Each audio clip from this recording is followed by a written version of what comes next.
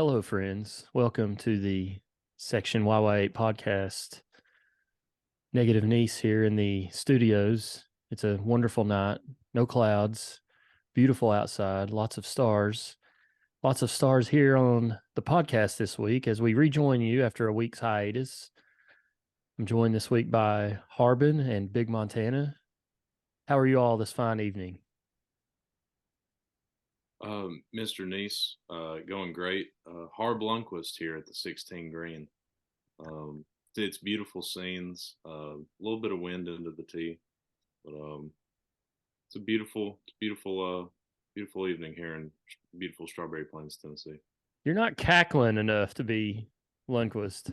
Well, nobody's hit one tot yet. Yeah, I gotcha. Mm. The Masters theme introed us in tonight. So, what about the Masters last weekend, fellas? Heck yeah. I didn't get to watch a lot of it. Of course, they canceled the day I could watch.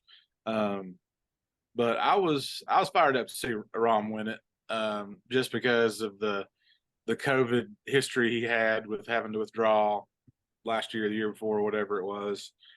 Thought that that was just too good of a storyline to not let happen.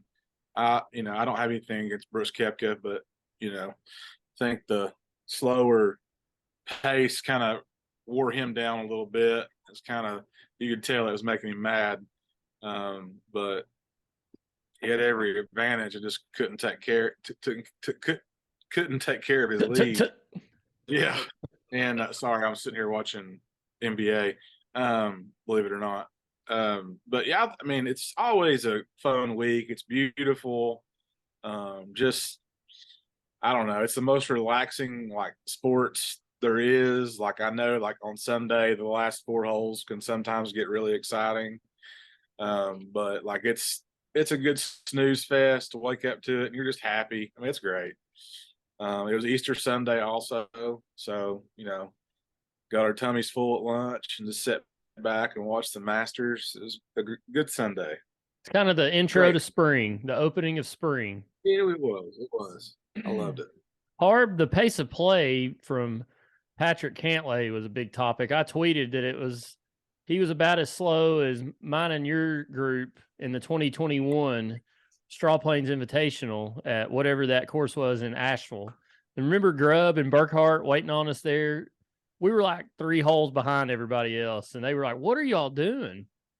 That is true. We were playing a little slow, but to be fair, anyone I know would hold up Chad Grubb and Ron Burkhart. Maybe Grubb was playing with us. No, it was me, you, Brett, and who? I don't know. That's 3 slower than average moving humans. But yeah, the Masters was awesome. The weather on Friday and Saturday was kind of annoying because, like you, Big Montana, I kind of blocked off my whole Saturday. Yeah. I didn't have anything going on, but I was like, okay, 3 o'clock rolls around, I'm not moving. I'd watched most of the coverage in the morning on the screen. I was about to say, I popped on my couch at 9. I ate breakfast at 9 o'clock. I turned the app on my phone and threw it to my TV and literally didn't move all day long. Yeah. And that brings me to my next point. Everything is phenomenal about the Masters except for the coverage. And I know it's not a CBS thing or an ESPN thing. It's a Masters thing. That's what they want. On, I guess it was Saturday, coverage doesn't come on till 3, which is egregious. I mean, they were wrapping up round 2. You're trying to see who makes cut. Can't even watch it on cable. But when they started the 3rd round, they had featured groups, which are normally pretty good. And I'm one of the biggest Tiger Woods fans in the world, childhood idol. We had to sit and watch him limp around instead of getting to watch Jon Rahm, Brooks Koepka, and Sam Bennett. Yeah, I was, because I had the featured groups up on my TV through the app, and they did not have Brooks Koepka and Jon Rahm playing, but they would break in and say, "Oh, Jon Rahm just birdied number whatever." Yeah. And I was like, "Well, why do we not have the leaders on the featured group?" the Masters has always been like that. They'll always be like that. That's why we crave it so much, is because you can't watch it, but you can. Everybody's got one of these now. Um, I I I get it. I mean, I totally get why they do it. It does stink though. You would think, like, March Madness used to be that way. When I was growing up, you had one game on, and that was whatever region you lived in. They zoned it for whoever was playing, or like if Tennessee was playing, that's the game you got. There was no four networks. It eventually went to a thing when I was in college. You logged on to marchmadness.com and you got like a lottery number, and they put you in a line to get in. And when your number, if people logged out, you would move up in line to watch these other games. And then they've eventually gotten to the point where they show all of them now. So the Masters coverage is a lot like March Madness used to be decades ago. Now it's they're still the same, but they're never going to change that. I'm shocked that they have the app, to be honest. It was just aggravating with the weather stoppage combined with that all day on Saturday through like 3:15 Eastern time, we got to see roughly a hole and a half out of the leaders of the golf tournament. Yeah. That's amazing. Like if it's the Valspar or the 3M in Detroit or something like that, whatever, I get it. But I mean, you got to have the leaders. Yeah, that was the app is really good. The Masters app is awesome. Yeah, it's great. It's great. Masters.com is really good, but I was disappointed in that Saturday that they didn't have more coverage of the leaders. So on the app. Just out of curiosity, like I understand it's the biggest major of the year, but like it's raining. Like, was it raining that hard that they couldn't play anymore? Yes. It did. It got on Saturday. It got to that point. Yes. If you were watching the coverage on Saturday when they did blow the horn, the leaders were standing on 7 green, and that place drains better than any golf course on the world. Right. 7 green had puddled up. Oh, yeah, really? And they've got that sub air system under the greens that sucks moisture out, and you could start to see it starting to get that sheen or that shine to the green. They were getting close to losing. They were getting close to losing the course, and it was miserable too. I mean, you don't want to see golf played in that. That's miserable. I mean, I know it's a major and you got to test your skills, but it was getting to the point where it looked rough out there. That course was in rough position. Also, credit to Augusta for on Sunday, you couldn't even tell it rained the day before on TV. It was absolutely insane how good that course looked on Sunday compared to all the damage it took Friday and Saturday. The Masters was awesome. It wasn't a blowout win, which is always nice. There was a little bit of drama. I've been vocal about my not liking of John Rahm, but I'm starting to turn the corner on him. What he kind of said about playing in the RBC this week, I really enjoyed that. But even with me not really being a super big fan of the guy, dude's got 4 wins, including the Masters, and it's April. He's already won $10 million this season. You can't deny it. I mean, he's a stud, man. If he's won it, I mean, you could put him or Scheffler 1A and the other one 1B, and nobody's gonna argue one way or another. Dude's incredible. There was a couple spots where I was like, oh God, he could throw up a big number right here, and Brooks is gonna get back in it. The one specifically I'm talking about was 17 when Rahm hit it right, and I'm like, oh, this ain't gonna be. And he hit a low burning cut to about 6 feet, and I'm like, good God, that's why this man's going to Masters. But I enjoyed it. I thought the amateur dude who was in third for the longest time played really well too. I liked his little story they had. It was cool.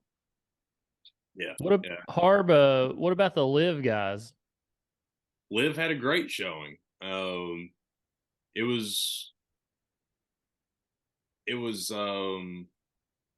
I guess you could say it was almost, if a Live golfer wasn't going to win, it was best case scenario.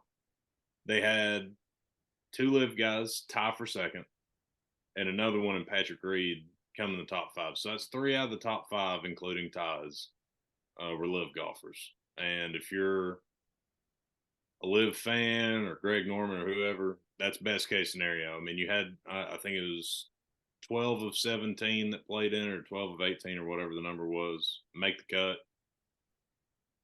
And you had, I mean, they were forced to put Brooks Koepka's face on TV for the duration of the tournament. Yeah. They tried to hide Mickelson the first 2 or 3 rounds, but they couldn't hide him. They could not hide him on Sunday because he was playing too well. Right. But my biggest takeaway was it was just awesome to see Brooks Koepka back in contention in a major. Whether you like the guy or hate him, he is an arrogant SOB. But you can't deny that having him in contention on a major isn't electric. I mean, he goes out there and he's like, man, I don't care about the little tournaments. I just want to play in the majors. And he's been out here screwing around on these live events, and then all of a sudden he's out here dominating the first 2 rounds of the Masters. And you're like, okay, I can deal with you saying that when you back it up like that. Didn't he win the last live event before the Masters? Yeah. I think he did, yeah. He did. I actually watched a little bit of it. I haven't watched hardly any of that tour. I watched last year a couple times on YouTube, but I don't even know I don't even know if YouTube has the CW or not, which I think is where it's on. YouTube TV does. Oh, do they? Okay. Yeah, that's why I watched it. Yeah. I like the broadcast that I watched. It was the Orlando one that Brooks won. The only thing I don't like is they play house music on the tees. And really? I hadn't even paid attention to that. I'm all for wearing shorts, having fun, whatever. Playing house music at that on the tee box side. Kind of a turn off for me. I wasn't a huge fan of that. We were talking about this going down to Augusta. I feel like some of these guys that have gone, and the others agreed, some of these guys that have gone to the Live Tour, I mean, some of them have won, like Brooks Koepka, Patrick Reed, those guys have won. Phil Mickelson, those guys have won a bunch of tournaments, especially Phil. He doesn't really have anything left to prove, but some of these guys like, Harold Varner III and whoever else, some of these younger guys that went that haven't really, Cam Smith, they've still got a lot to prove and a lot to win, and they've kind of tarnished their legacy a little bit because the events they're winning, no one cares about, and they're in danger of not, like, I don't think they can play in the PGA, so they can't win that one anymore. Yes, they can. Can they play in that? Okay. Yeah, because the PGA is put on by the PGA of America, not the PGA Tour. I gotcha. Okay. So they can play in all the majors now, but the other tournaments, like, they're not going to play in. And I feel like they've sacrificed that a little bit for some money, which is, that's something that speaks for itself. They're going to be very wealthy after this, but yeah, that's just, I mean, like, some of them have kind of gone off and you just don't think about them much anymore. Yeah. I mean, you do, but you don't, because I watch the PGA Tour when it's on the weekend some. And I know and hear more about those guys than I do the guys on the Live Tour. Well, I mean, half the guys that signed up, it made sense for them. Like the Lee Westwoods, the Ian Poulters, the blanking, but like kind of older European guys that have done pretty much all they can, that can't compete with the 22 to 28-year-olds anymore. They got a lump sum of cash that their great grandkids are going to be spending on. Yeah, in that department, it's some generational wealth, that's for sure. And then you have some guys that can still compete, but already have a legacy, aka Brooks, DJ. I'd throw Cam Smith in there. I mean, he's your reigning Open champion. At one point, he was number 2 in the world. In my opinion, when he's hot, he's still the 3rd best player in the world. He's got the best short game out of anybody. I'll argue that to a fence post. I don't know. They've got some talent. And with Cam Smith winning the Open last year, he's exempt in the majors for the next 5 years. Yeah, British Open until he dies. So he's gonna have opportunities to build on his legacy while he got a massive ass paycheck. he made the cut. Didn't really hang around like I thought he would, but he's gonna be just fine. Like I was he's gonna. kind of pulling for Xander a little bit, but Yeah, he yeah, always hangs around in this tournament. yeah. The safest bet in the world is always hammering Xander Schauffele top 10 at the Masters. I don't know why I didn't this year, but It's not yeah, that safe. It's not safe enough for you to hammer it this year, I was it? swear if you look here, keep talking. I'm gonna Google his career finishes at the Well, Masters. no, I It's a went lot back. better than it is. I went back last week and watched at night, like when I was going to bed. I would get on YouTube. The Masters has their own channel on there, and they had the 2019 final round broadcast. And Xander was right in the middle of that mess with Woods, Finau, Koepka, Schauffele, Spieth was in there, I think, or maybe Justin Thomas, one of those two. I mean, there was a lot of names within just a few handful of shots of each other. But Xander was one of them. He's there every year pretty much. As Harbin looks up vital information on Xander Schauffele's career finishes at Augusta. Hey, this is big time cutting edge stuff right here. I will say those trees that fell, that was incredible that no one was injured in that. We walked right through there on Wednesday when we were there, and there was a ton, and we were there around 2-ish o'clock is when we walked through that area. And most of the players that were practicing were gone by that point or had headed over to the par 3 course. But there was still a ton of people just sitting there. But I know there was a lot more people there on, when was that? Friday that happened? I think it was Friday. Anyways, where they filled it in, they literally filled it in, and it looked like I think they had it roped off, but there was these big green spots that kind of matched the grass. Everything there matches. The dirt, they put kitty litter down, it's red. If the grass needs kitty litter, it's green. It's crazy. All right. I may have been slightly overzealous, but he's on. I didn't realize that 2018 was his first Masters. I didn't realize he was that young. Yeah, he's fairly young. So in his first ever Masters, he made the cut. Didn't do much, but he made the cut. T50. Second Masters, 2019, the year Tiger won. He finished tied for second. 2020, T17. But if you remember, he was right there next to DJ for the majority of that tournament. 2021, tied for third. And last year, 2022, he missed the cut. That was really the only year he didn't play good. And then this year, he came somewhere in the top 10. I don't know exactly where he finished, but like I got some trivia for you. Big Montana may know. I don't know. Harb, you probably know. Who was the low am in 2019? I have no idea. He was in content. There you go. He was in contention this past weekend. Victor Hovland.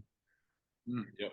You look at that list of low AMs over the years. There's some pretty big names on there, but then there's some guys on there you never hear from again, which is crazy. But wasn't Webb Simpson one year, or am I dreaming on that? I don't know. Maybe. Or maybe he was with the U.S. I know Sergio was at one point.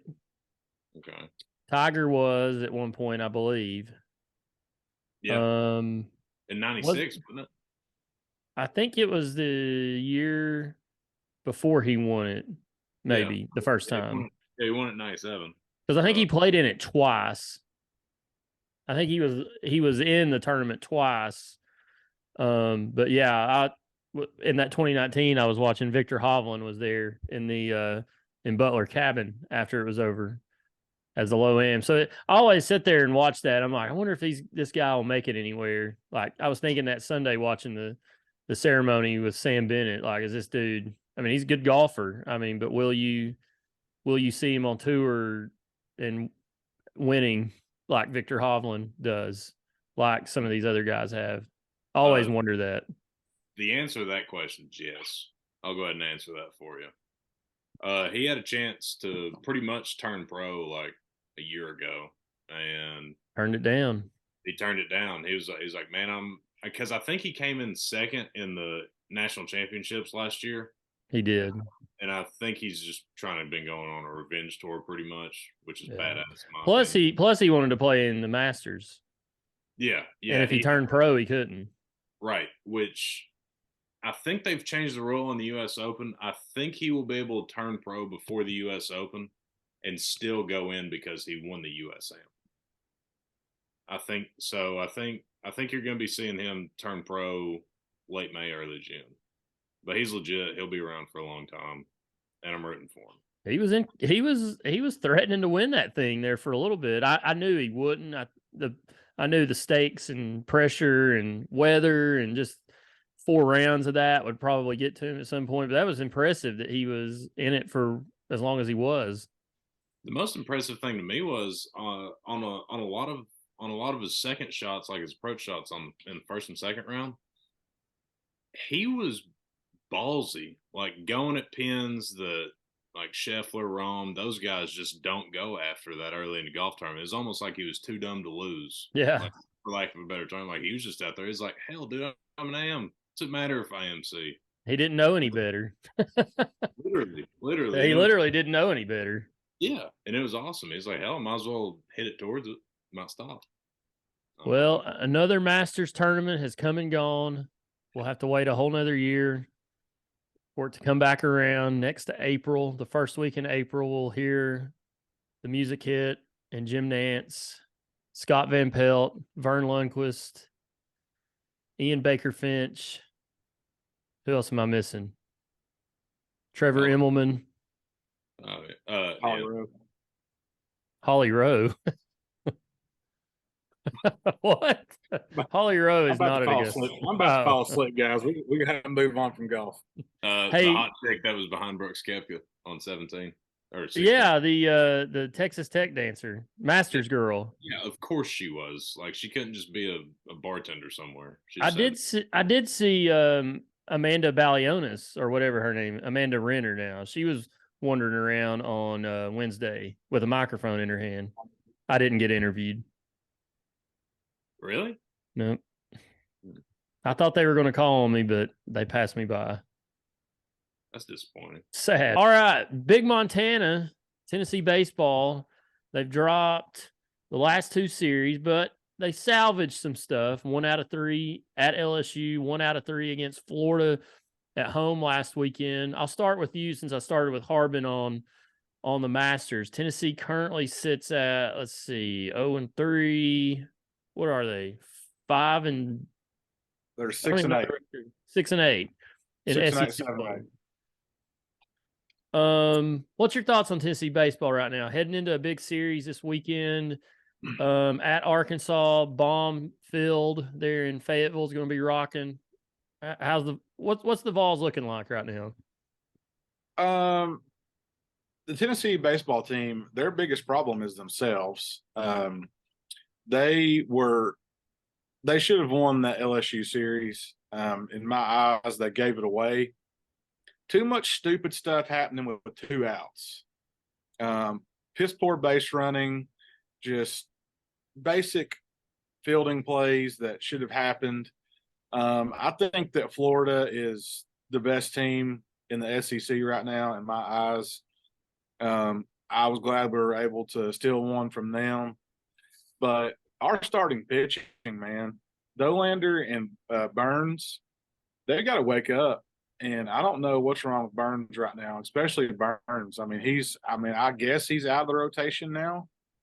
From stuff I've read, I don't know if that's going to be a week thing but he's just not getting it done.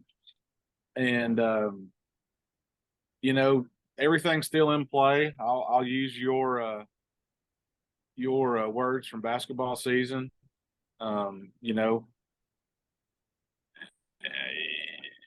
You'd rather get hot at the end of the season and be in contention and be able to host as to start out winning, 25 and 0, and then everything falls apart. So if it's going to fall apart, let it fall apart now, and then we'll work our way back up. I feel like we're still hitting the ball good. Griffin Merritt, whatever his dang name is. he come back in, showed a lot of improvement. Stud young man. But if our starting, pitchers can get, their head out of their ass, we're going to be fine. And, hopefully that happens. I think Burns is in his head. He has not played good at all this year. So we'll see what happens. I don't know who's the other two options, Sewell and what's the other kid's name that could pitch?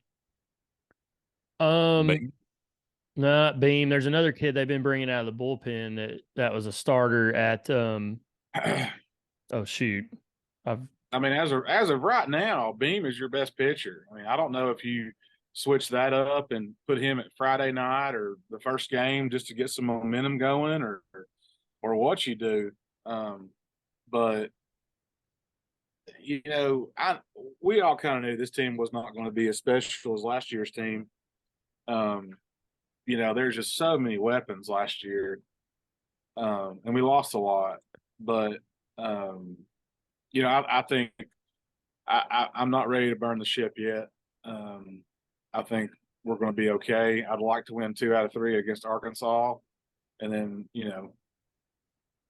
Vandy comes here, I think, and if we could go 2 out of 3 with those guys in Knoxville, that'd be 4 out of 6. The next 6 games would be great.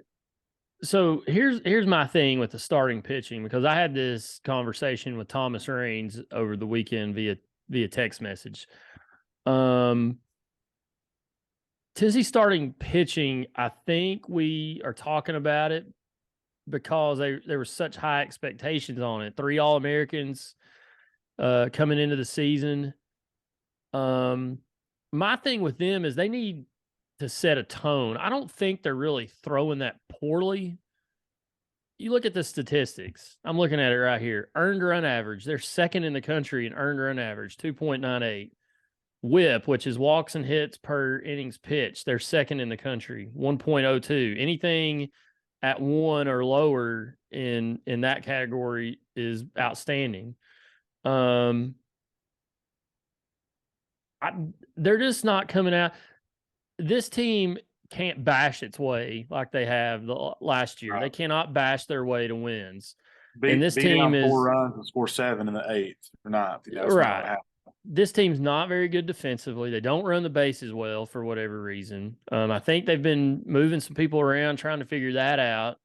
I think the disappointing thing with me is the starting pitching's not come out and like, hey, we're gonna put you guys on our back.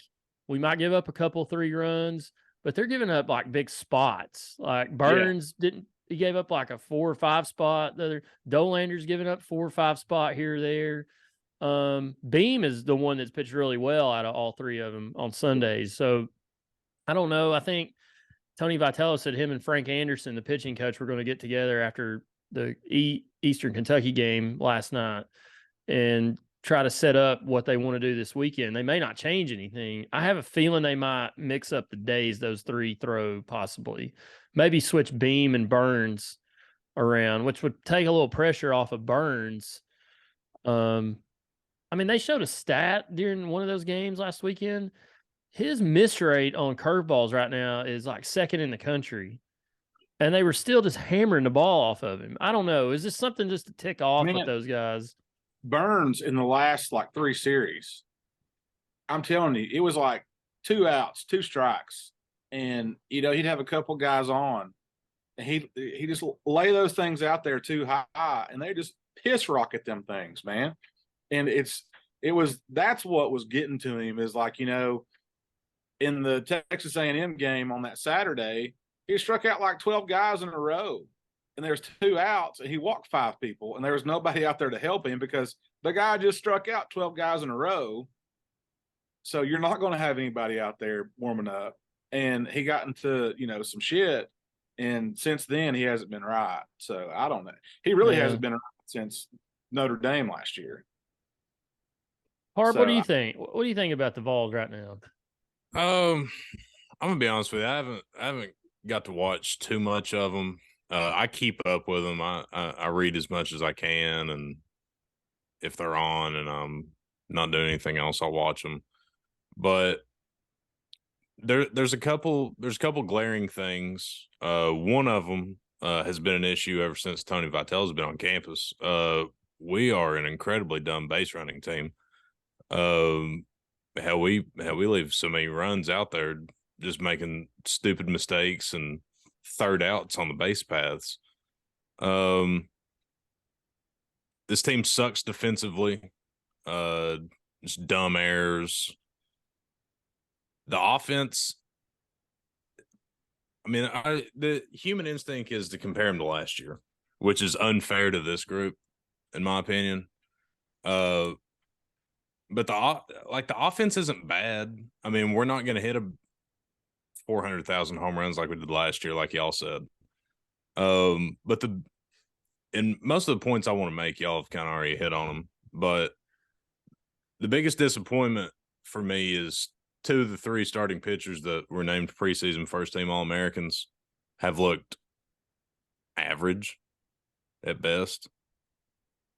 And the thing that's irritating is, they got it in them. But I don't know. I mean, it's not panic button. Baseball's weird. And obviously, like Montana said, like, you'd rather them get hot at the end as opposed to getting hot early and fizzling out. But counterpoint to that, you got to get hot eventually or you ain't never going to.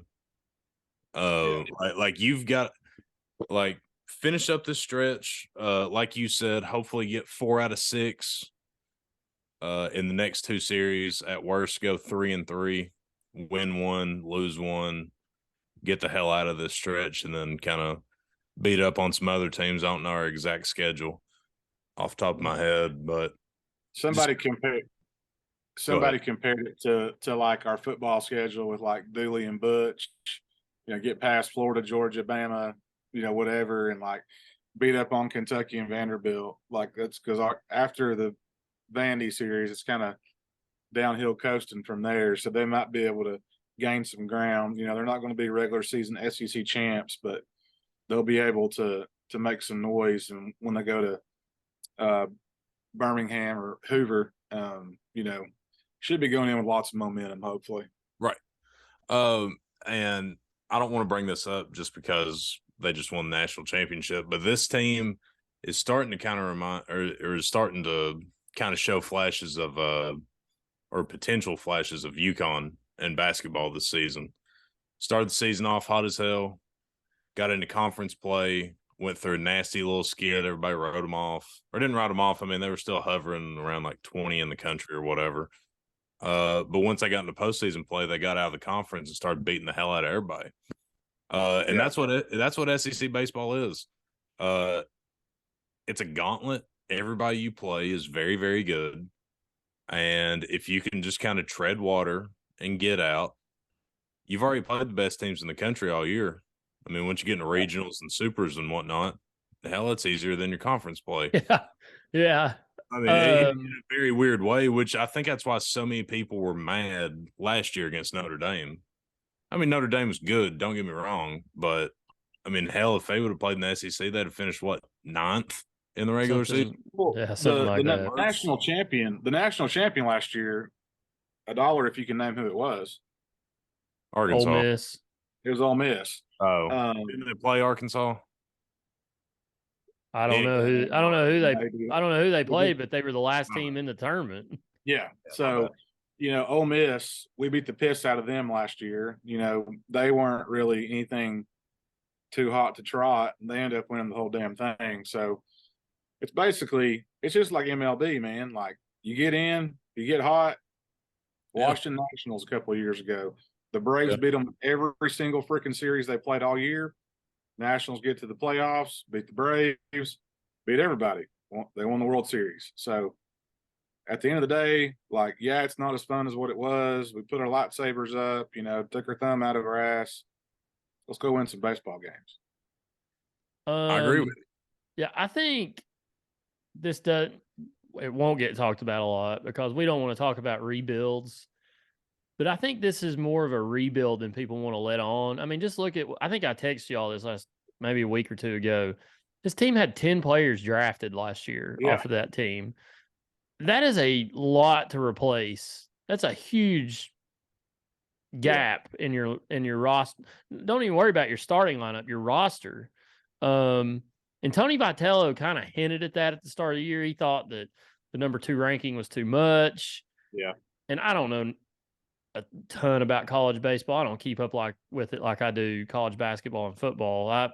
I do keep up with it, just not to the extent I know who's going to rotate around next year and be good. But I think people don't realize that what a huge undertaking this is, and they're trying to kind of still figure their line. I mean, I know we're 2 months in; they're still trying to figure their lineup out a little bit, but it's not going to get any easier.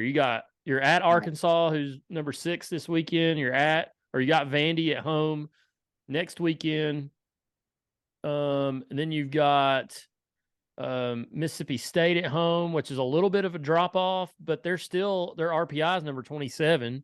Tennessee's RPI is 23 right now. And then you've got Georgia, who's top 50 RPI. And then you've got Kentucky at home, who's pretty good this year. Their RPI is number 1 right now, and they're top 10. Well, they're 11 right now, and then you finish the season at South Carolina, who's number 5 in the country with the number 2 RPI. So there's no weekends off, even against like Mississippi State and Georgia, who we should take 2 out of 3 from those. But you just never know in this conference. It's tough, top to bottom. It's ridiculous how good this conference is. Yeah. But yeah, I do think kind of tread water over the next couple weekends, 2 or 3 weekends. I think from a mental standpoint, we need to sweep somebody. Or just win a series. I mean, win 2 out of 3. Yeah, but I think to like actually get this ball rolling, like take 3 from somebody, and somebody not named Drew Beam throw an absolute gem. Get the bats going from some guys that should be going that aren't necessarily right now. That type of deal. Like just like the smallest little flash in the pan to mirror 2 seconds from last year just to get these guys some confidence. And I think the wins will start coming. But I think you're gonna have to get that spark sooner than later, though, or then you start trying to press for it, and it's gonna be harder to come by when you start pressing. Yeah, no, you're right. Well, we'll see. Big weekend series at Arkansas.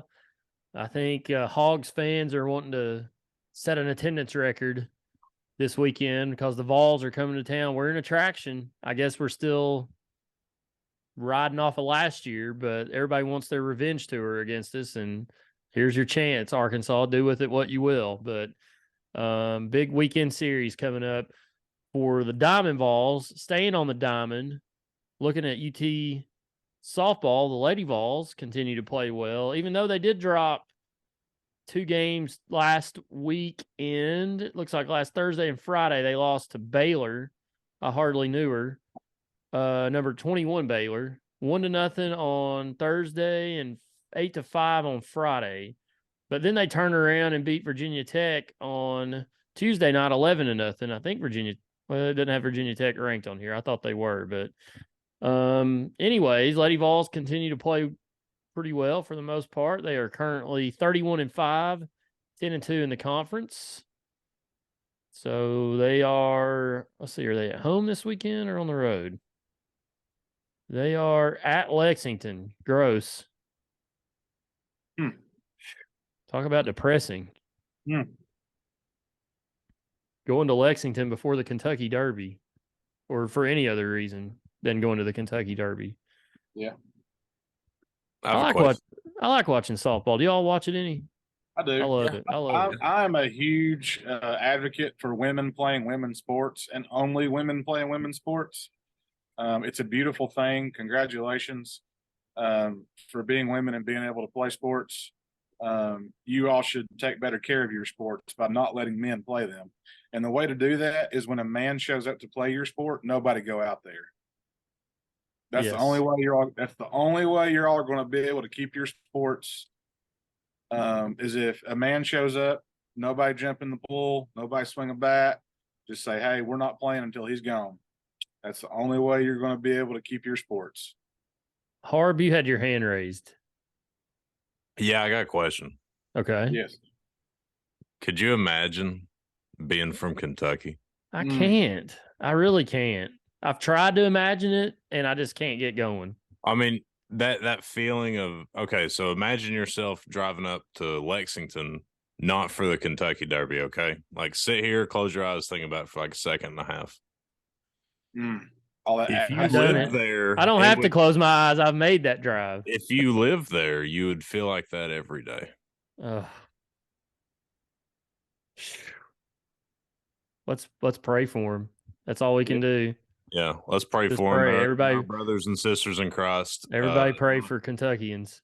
No, let's move on. We've wasted too many Yeah, breaths. there's Kentucky. we've talked for a minute about Kentucky. That's a minute too long.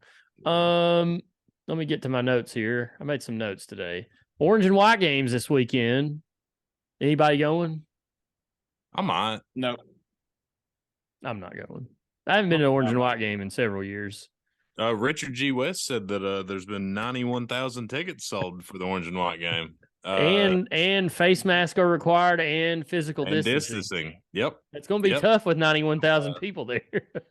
I mean, I'm just proud of Richard for breaking the news. 91,000 is a very impressive number. And credit to the athletic department and the university for wanting to keep their fan base safe.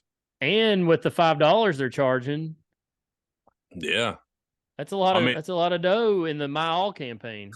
Okay, speaking of, I saw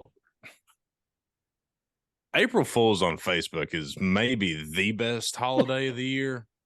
Because you've got you could say that's every day on Facebook is April Fool's Day. Right, but like it's amplified on April 1st. There was one on April Fool's that said Tennessee has approved an add-on to Neyland Stadium to where it was going to hold 135,000 fans, and pretty much they're like hoping to get it done by like 2026, and something about charging $5 to get into the spring game was going to be the Kickstarter for it or something like that. And like 4 people I have on Facebook shared it and was like, holy cow, we're going to have the biggest stadium in the country. And I was like, y'all are killing me.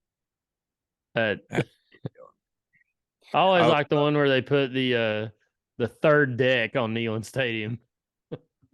I've got to give a shout out to Brett Stanton. He got evilly duped by an April Fool's joke, and this past weekend actually. So a week and a half later, he still thought it was real. There was an April Fool's joke about PGA versus Live doing a match play thing like Ryder Cup style. Yeah, and that one was big time going around. And I was over at his house watching the UFC fights, and he looked at me and said, "Dude, I'm damn pumped for that PGA versus Live." I said, "What are you talking about?" And he said, "They announced they're doing a Ryder Cup match play style." He said, "I'm all Live, baby." And I said, "You ding dong, that's a damn April Fool's joke." And he looked at me like I pissed on his birthday cake or something. He was distraught. He said, "Damn." Of course, Brett is a Live guy. I'm here for it too. I don't really care. I'm just. But that's Brett. That's Brett's MO to go for the faction that nobody likes. Right. Yeah. He's going to pull that toothpick out and say, "Give me the damn bad guys." Also, shout out. We told Brett that he wore blue jeans to the Carter High School Foundation Gala a few weeks ago. But would it surprise you that if he did show up with blue jeans on, it wouldn't me? No. No offense, Brett, if you're listening. Did he not actually have jeans on? I said that because I thought it was true. No, he had on khakis. Slacks or something. Let's not get crazy. He didn't have a tie. He didn't have a tie. He didn't have a tie on though. But we got Chad Grubb in a tie. That's good. Chad Grubb also matched Hunter for Easter wearing yellow. It was really cute. Aww. It was almost as cute as their matching Christmas PJs. And his I think his sister-in-law had yellow on too. I think they all wore yellow. Very sweet. Grubb, that's cute. I want to shout out Coach Heupel for coming out this week and saying that he hopes that they play all their rivals basically stating that he's not a big puss Yes. and he's here to win football games and he wants to play the best. Unlike Nick Saban, who's crying about who they have to play. I'm so glad that Coach Heupel is coaching the Volunteers. I'm so excited for football season. I almost want to go to the orange and white game, but I do not want to go sit out there and watch it. So I will watch one. What about Danny White announced, just some notes here. Danny White announced that Tennessee has sold 70,255 season tickets as of yesterday. I don't know if that's changed or not, but that's incredible. 70,000 season tickets. That's back up to where it used to be. And in today's day and age, that's pretty good. That's Crazy. a ton. I mean, not necessarily in the SEC, but 70,000 is more than a lot of college stadiums hold. And you got that many people that are like, yeah, I'll be there every week. Like, it's kind of crazy when you put it in those terms. Yeah, no, it's wild. Even 60,000, that's crazy. But 70,000, I mean, and they give 6,000 to 8,000 to the visiting team, and then there's 12,000 student tickets, I believe, every game. So, I mean, let's see, 12 and 70 is 82, and another 8 is 90. So you only got like 10,000 left for single game tickets or whatever it may be. So there's not a lot of wiggle room after that 70,000 is sold. So that's pretty cool. We have a party deck though. True. They said there were still some season tickets open in the party deck. I don't even want to know how expensive those are. Oh, I know, because they offered them to me, because that's where my seats used to be. So it was like $2,400 a ticket per ticket. Is it the Bud Light party deck still? Is it the what? Bud Light party deck, or is it going to be like a non-binary party deck? I think it's to be determined. Wow. Honestly, the 2,400 is not as bad as I thought it would be. I think Tennessee's a Coors Light school. Coors Light advertises a lot. Coors. That's $2,400 to stand. There's no seats there. That's the thing. You're staying. I mean, there are some seats, but they're not seats. They're like stools or something. I mean, I don't know. We don't even get assigned seats, do you? They're first come, first get, right? You just stand where you find. Yeah, or if there's a bar still open, grab it. We know a couple of people that have tickets up there, and I talked to them. They said they enjoyed it, but they had to take like their own seats in there. They took like those. Maybe they did. Maybe that is true. They took like those I think they're like golf chairs. Yeah, those little that fold out, and it's got the little seat. Yeah. Yeah, like it's just enough to like hold you up or something. Yeah. I don't know. Scotty Rammer is the first person I ever saw that had one of those, which that checks out. That I can see that. Yeah, he'd bring him to our golf tournaments and whatnot. So, switching gears to another UT sport, UT basketball. Lady Vols had a player drafted, Horston, I think, the other night, number 9. Congrats to her. Was looking up Tennessee men basketball because there's not been any news about the roster since I thought we would start hearing some stuff by this point, and we may as the week goes on, but we've still heard nothing from Urosh, from Triple J, Vescovy. Only one that's made any type of announcements, Kamwa, but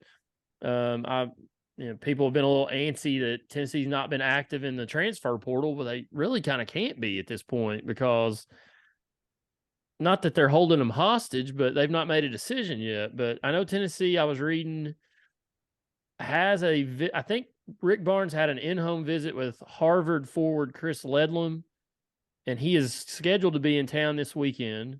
He was first team all Ivy League last year, 6'6", big frame, averaged 19.9 points per game last year, 8.5 rebounds. He was top 200 in the country in both steal and block percentage. Only knock on him, it says, was he would fit right in at UT. He's a 30% three-point shooter. So not a lot of move in the transfer portal. Do you think we'll start hearing something pretty soon on that end? Yes. No. All right, word. Explain.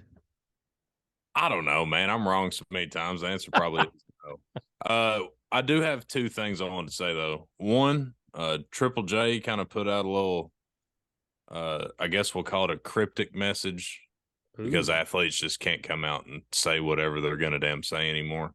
It was a picture of him walking into the tunnel. I can't tell where it is, but with just with a handwriting emoji. That's all it is. Hmm. And he very rarely posts. So Yeah, it he was didn't post a whole intentional. lot. Yeah. Number two, I really want that guard out of North Texas. Bad. Yes. Bad. And he put us on his quote unquote short list of like 14 damn schools, which is hilarious to me. Yeah. But yeah, we're 1 of 14, so it means we're probably not gonna get him. But if I had to pick one player out of the portal, give me him. Tyler Perry. Yeah. Yeah, he's got some big names on here. Not besides Tennessee, he's got I think Alabama's on there. I'm trying to pull up that list. Well, anyways, sorry. A lot of the big schools. Florida's on there, I think. I read earlier today. Side note, portal question that doesn't involve UT. A little white boy for Arizona, Kerr Krishna. Why did he transfer to West Virginia? So I hadn't heard that he announced. That's interesting. He went to West Virginia. Wow. Why? I was surprised that you left Arizona. Yeah, Like, he was a starter. He was probably their third best player? Maybe. Yeah, and he's played there for 2 years and been a key contributor on that team. Yeah, why would you go to a team significantly worse when you're already getting? No, he's foreign. He can't get NIL money. No, he can't. I mean, he's Yeah, probably I don't still know. getting it. He ain't getting it legally. But So this Tyler Perry guy from North Texas, they won the NIT that nobody watched. 17.2 points per game, 44% shooting from the field, 42% from 3-point range. That's what we need. I'm trying to see, where is the list? Yeah, take our word for it. A lot of big names on the list. I did look at Tennessee did make some offers to some future players in the 2025 class, both from Knoxville. Catholic High School DeAndre Lindsay, finalist for Mr. Basketball in Division II AA, #1 player in the state in class of 25. Last year, averaged 16.6 points per game, 9 rebounds, 60% from the field. He has offers from SMU, Ole Miss, Georgetown, and Georgia Tech. And they also offered Austin East's Shane Cherry. He's a 5'10" guard. He averaged 28.1 points per game, 4.5 assists, 4 rebounds, and 3 steals last year. Scored a career high 53 points in a win over Morristown West. This last year also has offers from Auburn, LSU, Georgia Tech, and Tennessee State. I saw this Cherry kid play in person. He's good. I didn't really picture him SEC good when I saw him because of who they were playing, but he scores a ton of points. He's kind of a one-man show for Austin East, and he was just a sophomore, so he's still got 2 years in high school to go. So he's only going to score more and more points as it goes on. So he's going to be a name to watch for those that aren't really familiar with the recruiting game. Shane Cherry from Austin East here in Knoxville, and then DeAndre Lindsay at Catholic here in Knoxville. 2 guards, probably could play point guard if I'm reading what I'm reading is correct, which is something Tennessee hasn't had much since Jordan Bone or Kennedy Chandler. We didn't have it this year, except with Ziegler, but we need more of that. We need more depth at that position, but they're still 3 seasons away. So other than that, there's not really much going on the recruiting trail right now for Tennessee basketball. So we'll wait on Vescovy, Triple J, Euros, see what those guys are up to. Hopefully we get some news on them in the next week or two. Yeah. I have absolutely no idea who's coming or who's going. Kind of like a frat house, isn't it, at college? You just don't know who's coming and going most of the time. Right. Yeah. You just know you're there for a good time. uh, has Conway officially announced where he's going? He Don't could think stay so. here. I mean, he could still come back. I think he's just doing the highest bidder thing right now. Well, he can't get money either legally.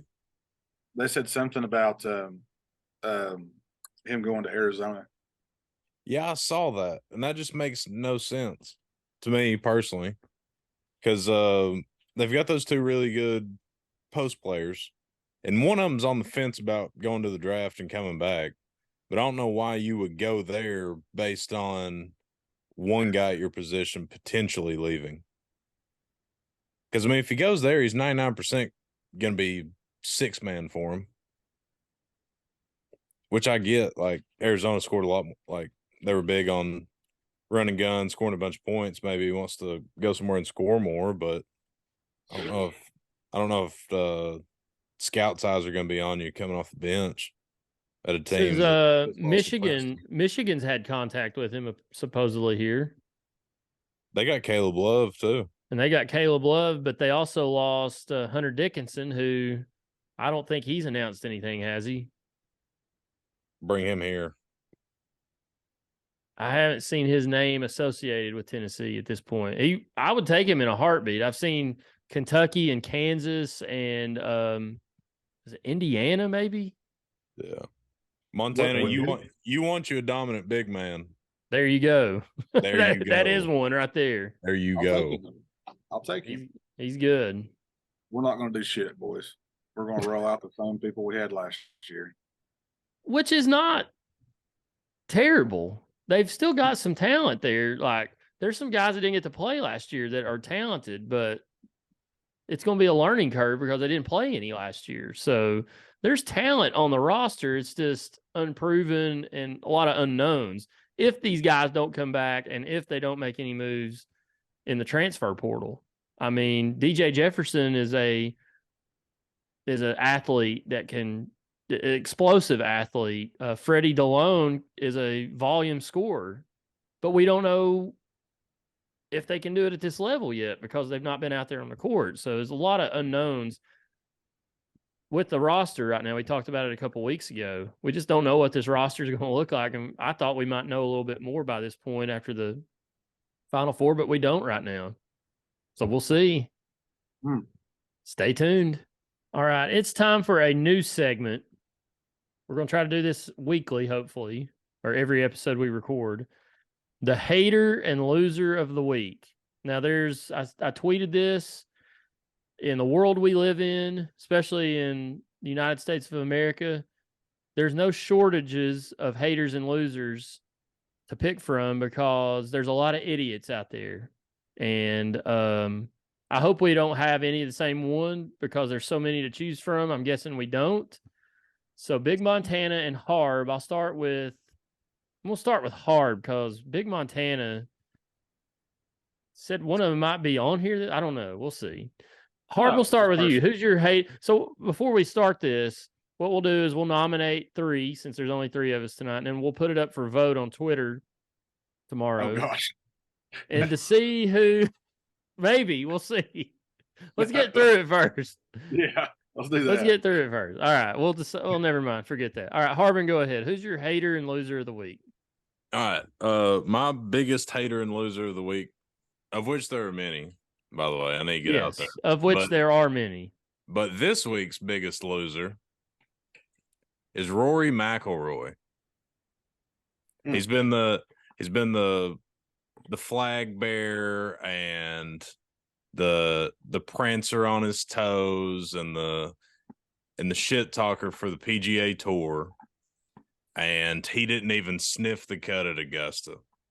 And let me clue y'all in. I have a very large disdain for Rory McIlroy. Let me clue y'all in on people that like Rory. He's never getting that career Grand Slam. The man cannot play at Augusta. Ever since he shot 80 on Sunday there a decade ago, he's outside of what was it, last year when he chipped in and out of the bunker and tied the lowest score. Yes. And it mattered zero. And everybody thought it was the coolest thing ever.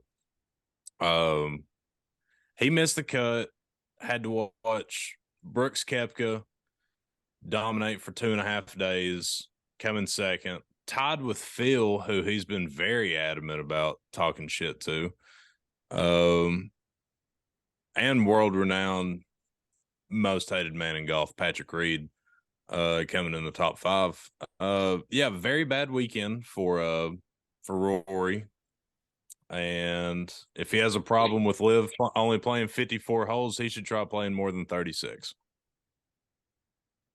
Yeah, There you go. he backed out of this weekend's RBC Heritage, and John Rahm won the Yes. thing and still playing. Yes. Still playing.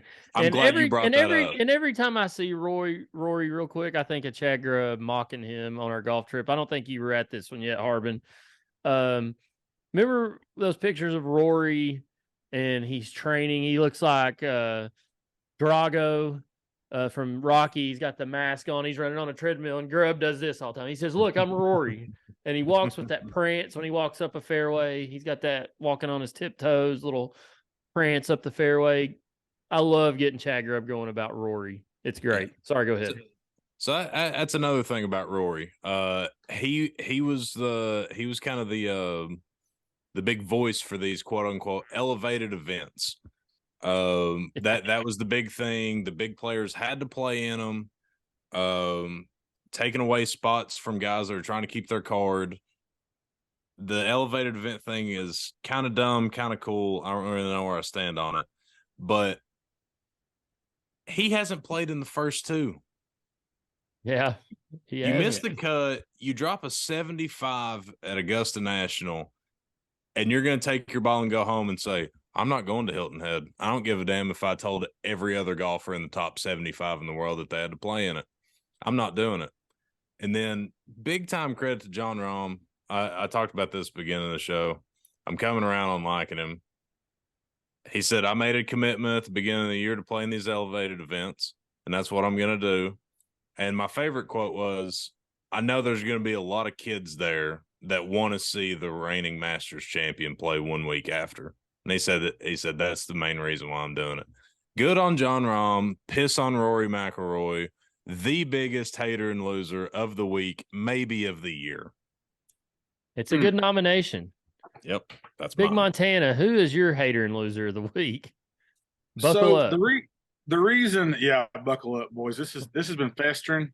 It's like one of those like bumps on your back that you haven't been able to reach, but like you won't like let anybody touch it. It just festers up. So I got to start with this story by kind of patting myself on the back. I got some really good news today at work, and basically, financially, everything is really good. Lots of sales, lots of people still going out to eat. Thank God. Hopefully that trend keeps going up. But my biggest loser and hater of the week is actually someone from high school, and she was a teacher of mine, and I won't say her name because she's probably, I don't even know if she's still alive. But she was my English teacher, and me and her never really saw eye to eye. And me in high school, everybody liked me, cut up, whatever. Didn't take it too seriously. I graduated high school with 3.1 GPA, made a 17 on the ACT, took it once. That was enough. Didn't really give a shit about going to college, didn't care. My life's dream was to go and run a produce warehouse, and that's what I wanted to do. And she made it out that I was going to be a failure, and she basically called me out in front of the class and said that I never would be successful in life because I had no ambitions of going to college and doing all these things. Well, she's a loser, because today I got some great news that I'm in my 3rd year of sales there, and I'm probably, if things keep going the same way, if I don't change anything, I'll be the highest sales rep in company history. So I've got 2 words for her: suck it.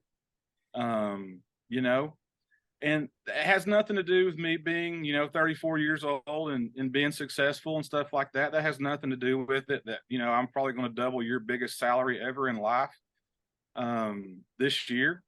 Not the fact that, you're probably retired and a loser and you're waiting for your check to come in so you can go to Texas Roadhouse this week and order a water and make your own lemonade.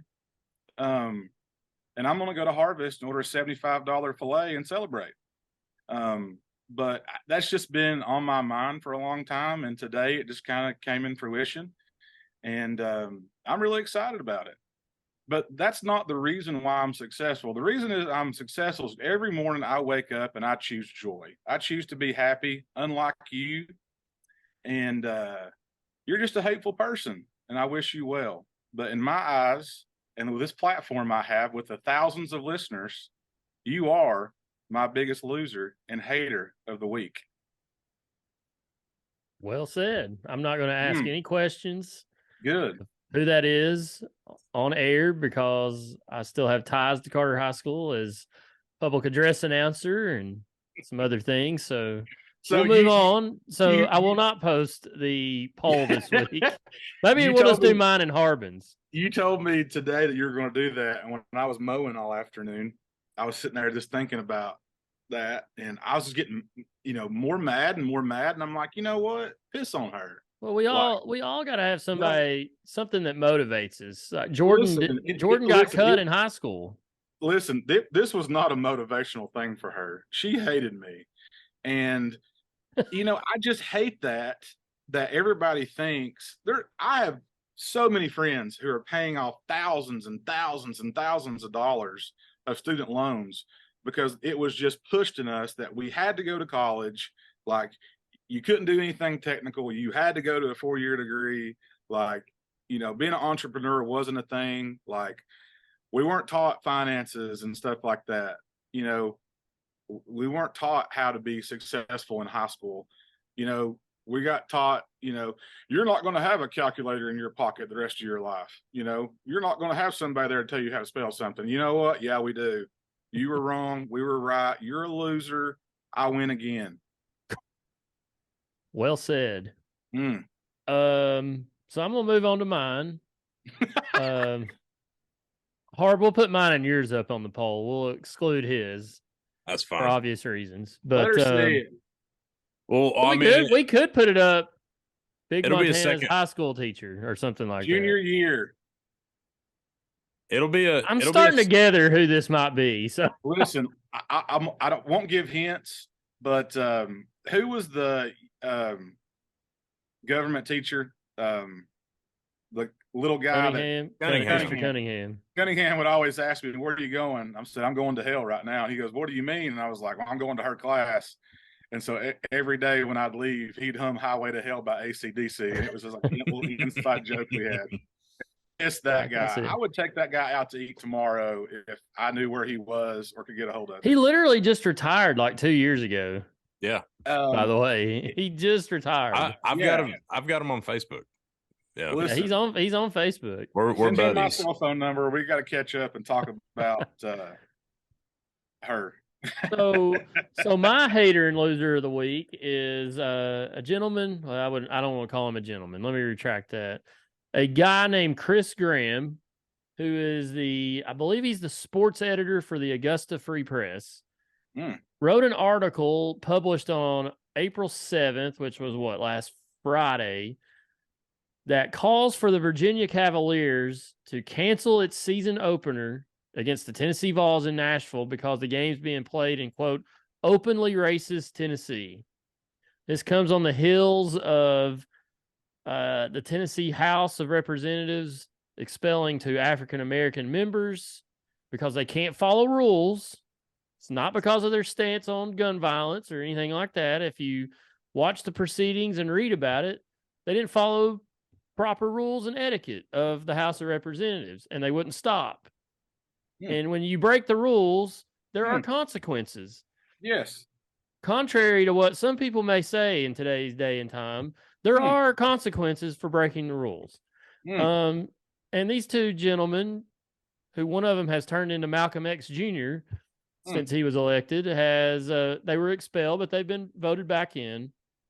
Gloria Johnson, representative from Knoxville, who I'm not going to comment on, was another one that was up for expulsion, and she did not get expelled from the House of Representatives. He basically is calling for the University of Virginia to boycott the game in Nashville at Nissan Stadium against Tennessee because of this, which all came about after the shootings there at Covenant Christian School there in Nashville a couple weeks ago. There was a part of this I wanted to read. He says down at the very end of the article, a football game isn't that important in the context of everything else going on down there. Don't even buy out the contract, just forfeit the damn game. None of our dollars should go to do anything that benefits the racists who run that godforsaken state. There was another thing he said about Tennessee, and I can't find it. Hey, I've got a question. Okay. For you and this Mr. Graham. What city in Virginia is the University of Virginia located? Charlottesville. Oh, okay. I believe, yes.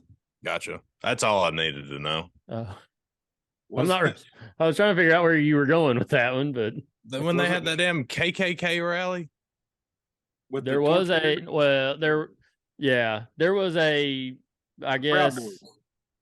rally there that I don't think was as much KKK as everybody lets on. I think there was a lot of government infiltration going on there, but that's a whole other story. I did find the part that he says it's time for Virginia athletics to start doing whatever needs to be done to get as far away from having to play a football game in that racist backwater. Now, this is a lot of strong words from this guy. He's got a YouTube channel. I looked him up today. He's an older guy. Wears the black rim glasses. I can't say much about that. I have a pair of black rim glasses. Yes, there you go. Big. If you're watching the video, you can see. Is that Dan Wolken? I can't see it. Justin Jones standing on top of a police car during a BLM riot in 2020. Yeah, he also had in 2016, he put out a campaign video, and he's talking like this. And then last weekend, he was at church talking like Malcolm X. But anyways, this guy, a lot of strong words about my state, and I'm not going to stand for it. This place is not racist. There's racists everywhere, guys. Get over it.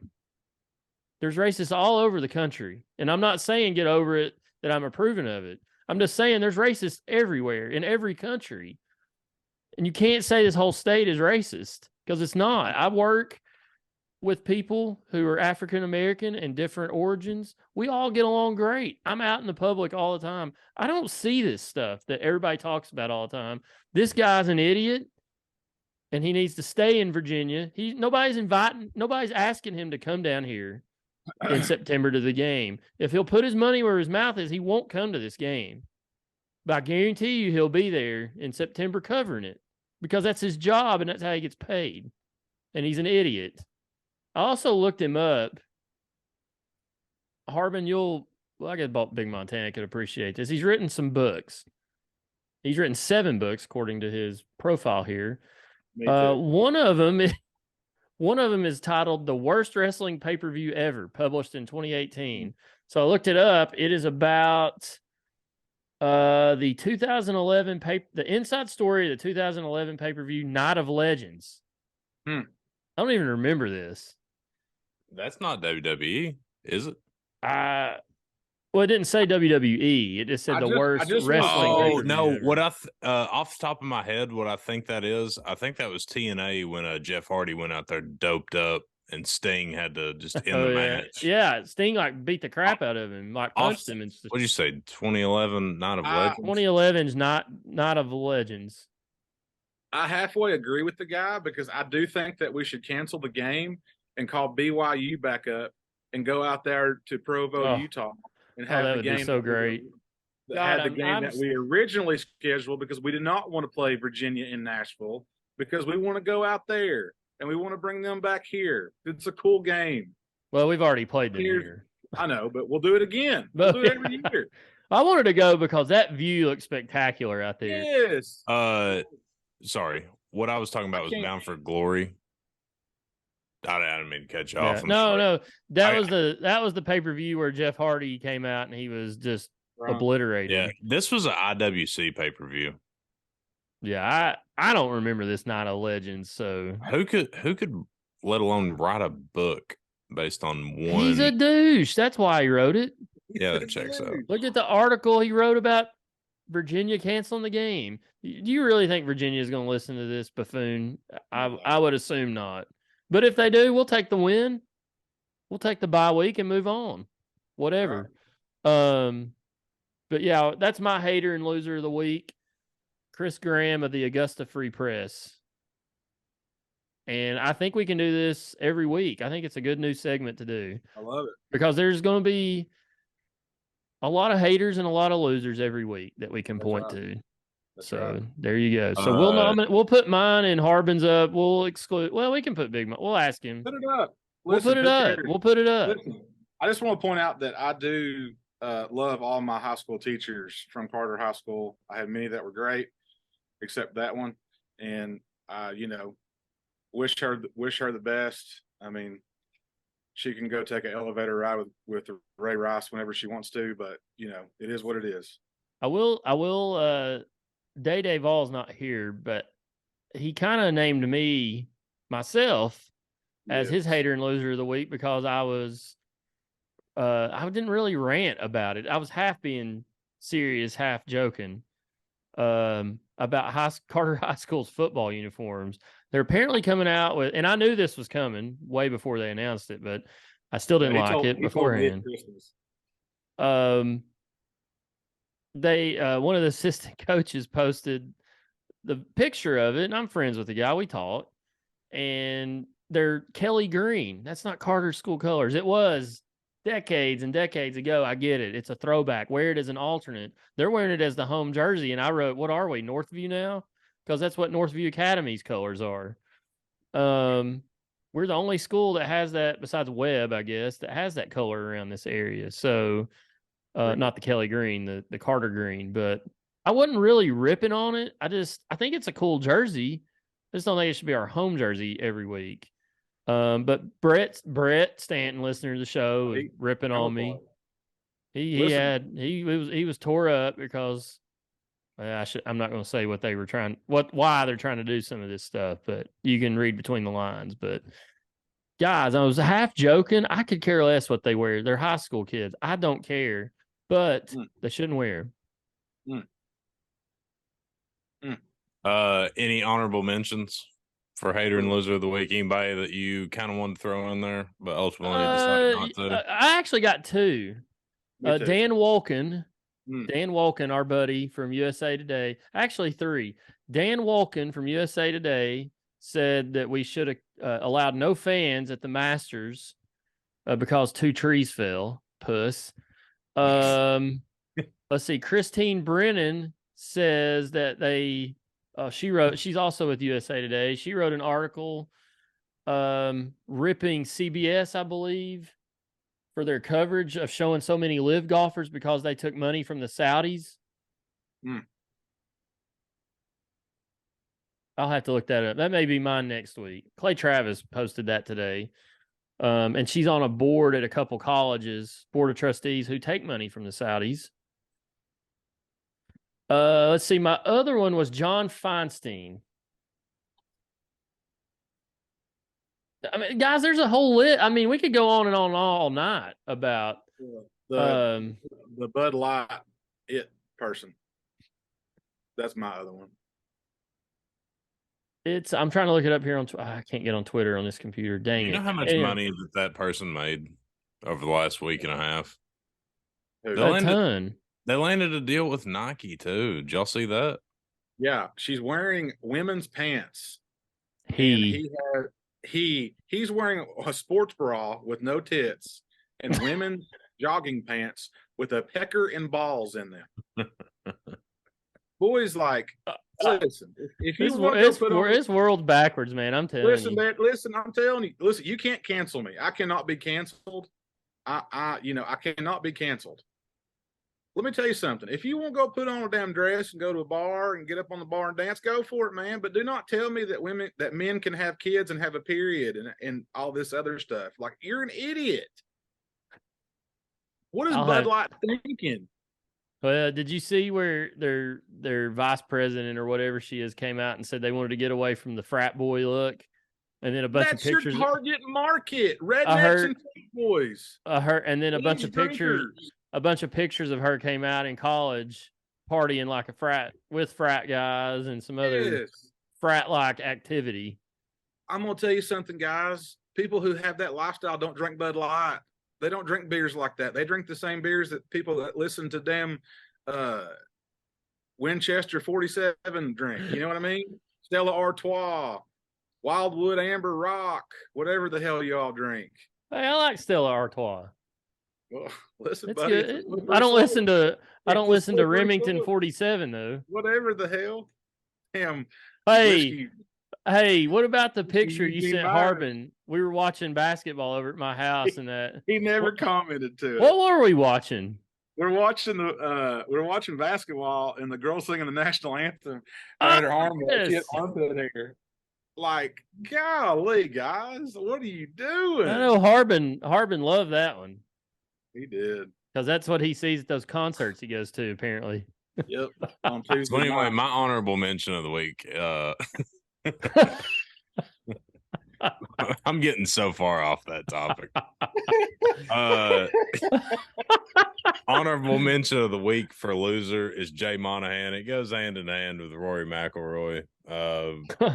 Very vocal about my hatred for Jay Monahan. I think I've annoyed the boys in the group chat because I've brought it up like 3 times in the past week.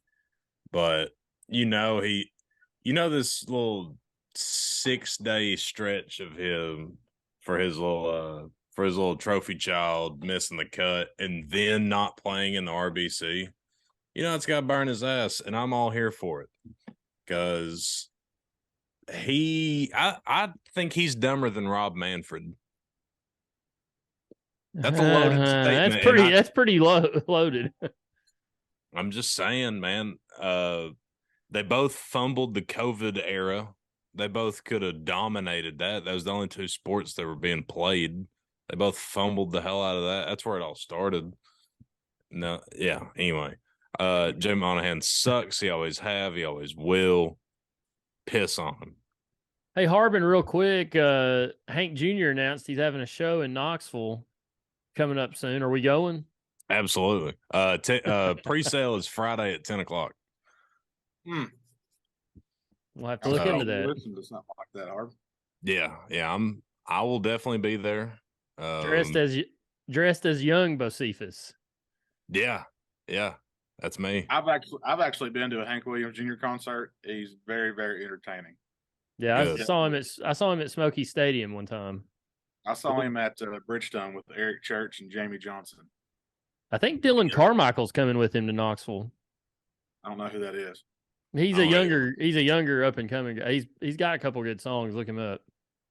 Harv probably likes him. He's not Remington 47 or whatever. Never heard of. I thought it was 69 Remington. 69 Remington. I thought that's what that was an offshoot. Somebody left the band and made 69. Oh, my 69 bad. Mossberg. All right. Well, that's this week's show. We don't want to go too long because people will gripe and complain that we've talked too much. So we talked about the Masters for an hour. Yeah, true. It comes one time a year. It does. I'm excited, boys. I left a lot of my wallet down there in Augusta, so help the economy. The amount of money that's spent there in an hour at the pro shop is crazy, ungodly. And if you saw the amount of people in the pro shop, you would understand why. I mean, how much? I'm sure that people have like credit cards too, but like, just think about the cash that changes hands there too. They went cashless this year. They went cashless this year. So yes, yeah. which is lame. But yeah, Lame. Oh, that reminds me just real quick. 2 years ago when I got to go to the PGA Championship, about a week before, I had lost my wallet. So I had a paper ID. I had no cards, and I'm down there with too much cash, pretty much. So Austin and I walk into the golf course, and we realized that everything is card only. So it was like Austin and I were on a date. Like he was buying 2 beers at a time. He had to buy my clothes in the pro shop, top deal. And I just had to get him back eventually. But yeah, the cashless thing is so dumb to me. If I go in there and buy 4 golf shirts and my bill is $360 and I hand you 4 $100 bills, you really ain't gonna take it. I just think that's chicken shit, honestly. That's my little rant for the evening. I'm trying to. Okay, here it is. So y'all see this hat? If you're watching this hat I got on, I found it down there. I fell in love with it when I saw it. It is this is what the caddies used to wear back in the day. I saw it in a picture before we went down there, and I was like, I wonder if they're selling these hats because they kind of come back into style. Sure enough, they had them. Dang it, picture went away. Okay, here it is. Chichi Rodriguez. This is from 1975, and his caddy. I'll put a better picture on the screen, but is that So good. How awesome is that? Look at these two. That's arguably the greatest picture in Masters history. And that's the hats they used to wear. The caddies used to wear. Now they just have the Augusta logo. Did nothing else. Did you see that Chi quote that was kind of circulating this weekend about the Masters? I did not. Chi said that it was his first time at Augusta, and obviously had never played it before. He says the most nervous he ever had been in his life. So prior to going out there on Thursday, he drank a whole 5th of rum before he teed off. And then the final sentence said, "That's the happiest 83 I ever shot in my life." Yeah. So kind of like the Straw Plains Invitational, right, Harbin? Yep. A little bit like it. Hey, that's a grueling week. That's major championship conditions in different ways. Yes. It's a battle of will. That's all it is. It's you gotta be a different breed to compete in that one. We're bred different, Bowling. Brett Stanton. Bread. BREAD. Weak. We're riding. All right, guys. That's this week's show. We appreciate everybody listening. Shout out to everybody who does listen, which there's not many, but for those that do, shout out. Football season's coming. Football season's coming. That's when our ratings peak. But we'll keep you entertained with baseball talk. We'll have some shows this off season once summertime hits. We'll take a little break, and then we'll come back with some football talk later in the summer. But for now, we'll talk UT baseball. Lady Ball softball playing really well. There's a lot of other sports at UT doing really well. The golf team's good. Men's and women's tennis is very good right now. So a lot of good stuff going on at UT, but we'll be here to bring it to you exclusively. Right, Harbin? Exclusively. All right. Well, I appreciate everybody listening. You can find us anywhere you get podcasts. We're on YouTube. We have our own YouTube channel where we post these shows at. So if you like watching and seeing our faces instead of listening to us, then feel free to check us out there. For Harb, for Big Montana, this is Negative Niece, and this has been the Section YY8 podcast.